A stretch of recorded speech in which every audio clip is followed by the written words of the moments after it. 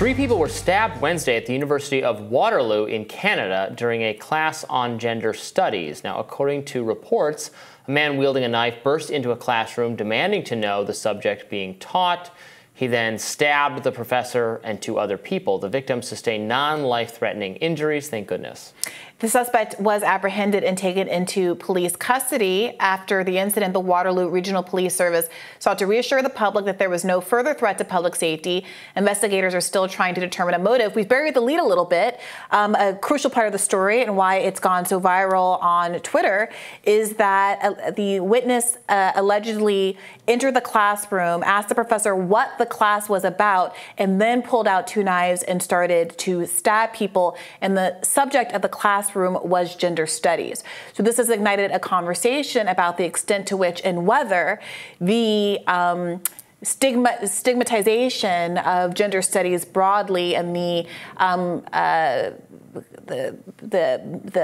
legislation that's been coming down the pike that attacks trans people's right to dress the way they want, to identify, to get medical interventions that they want, etc., have contributed to an atmosphere where people are willing to commit these kind of heinous acts of violence against others. Notably, this happened in Canada, right. So there was not a legislation right. involved. So what I was going to say is that this happened in Canada, and one of the chief objectors to quote-unquote gender ideology is Canadian professor Jordan Peterson, who just 2 days ago, on June 26th, tweeted out, it is the most reprehensible falsehood that the therapeutic and medical communities ever propagated, and then this is the name of a trans person, and utterly unwarranted by the facts.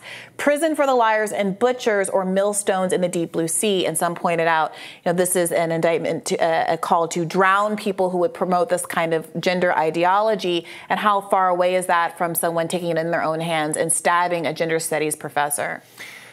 Right. Like I've said on many occasions, I don't think one should use violent or extremist rhetoric in service of their causes. I think that people who carry out violence, it's on them, and that is never a acceptable, reasonable course of action. So I'm glad that no one was seriously harmed, and I hope this person should be imprisoned and prosecuted to the full extent of the law, and everyone should consider dialing back their rhetoric. Obviously, you have every right to express a socially conservative or conservative view on gender issues, and to think that what I suppose the child relevant part of the gender question, that the medical proceedings and all of that is wrong or should not be done.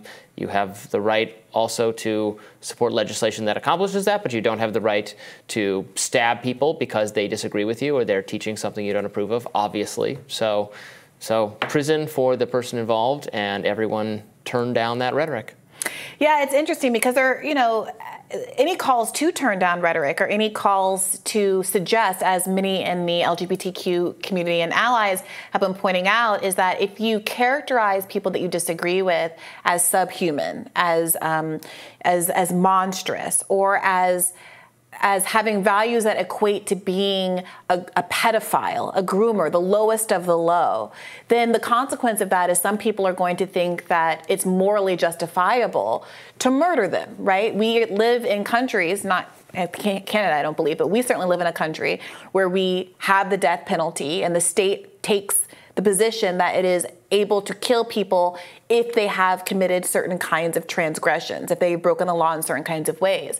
And vigilantes believe increasingly that they are able to carry out that sort of vigilante justice without the influence or the criminal justice system interceding first to actually make some assessment. And there's been some frustration. Obviously, we debated at length about the context of the Jordan Neely incident on the New York subway, and whether or not that kind of vigilanteism is both right and or encouraged by certain kinds of rhetoric about the dangers of mental ill or homeless people. And similarly, now there's this conversation about, how much responsibility do public figures who are very popular — Jordan Peterson has millions of followers on Twitter and beyond — tweeting out things like, prison for the liars and butchers, or millstones in the deep blue sea. You know, a millstone around one's neck means to drown them in the ocean.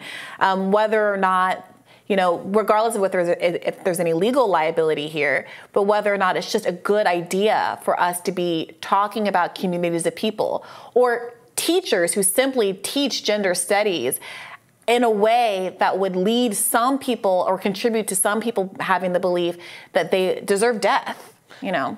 Sure, I agree that that is not rhetorically smart. I mean, again, they're from the Jordan Peterson or the very socially conservative perspective, their perspective is that these people are advocating policies that are akin to mutilation of young people. So I understand why from their perspective. I mean, again, it's a disagreement on the fundamental policy. But that's if you the agreed problem. that policy was akin to child torture or something, you would be justified. You would feel justified in killing someone, which is the problem. That's exactly the problem. Very heatedly about the views and practices of the people doing that. You don't have the right to engage in vigilante stuff, and I don't think most socially conservative people accept that you do either. The overwhelming majority of them want to address these things by the legislative process, and doing that it requires building more support for your position, and random acts of violence being perpetrated against the group of people you disagree with does not actually inspire more public confidence in your position. So that's something I think more on the right should keep in mind if they want to, as they're seeking to build some kind of movement for implementing these policy changes, is that you know, crazy people stabbing or shooting people who might like you or like the things you say is bad PR, and ultimately this is PR if you're trying to win a legislative battle. Of course, we don't know what the motives of the perpetrator are. This is still very recent, and the fact that he asked what the subject of the class was has led people to believe that this was politically motivated.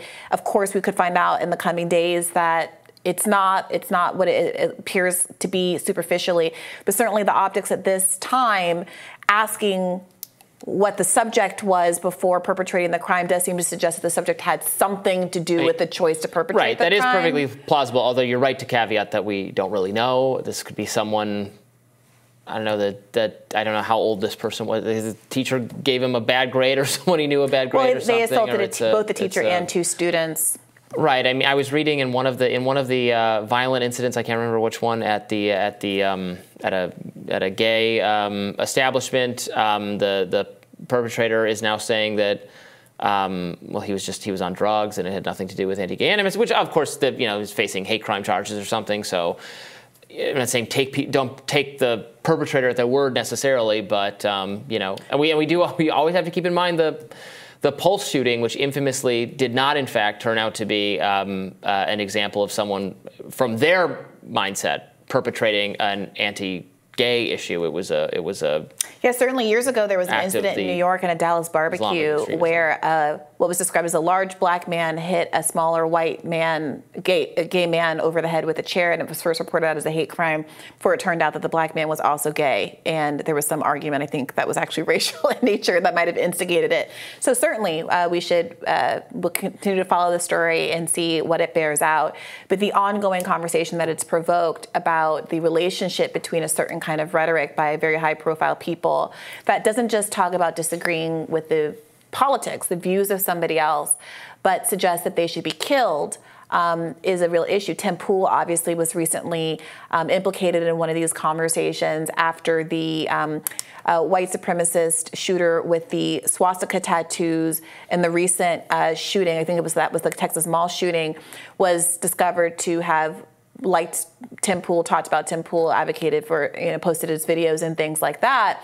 And instead of responding and saying, well, obviously I disavow that behavior, it should be pretty easy to disavow a white supremacist murderer, there was this effort to say, well, is he really a white supremacist? Could he be a white supremacist because he's Latino?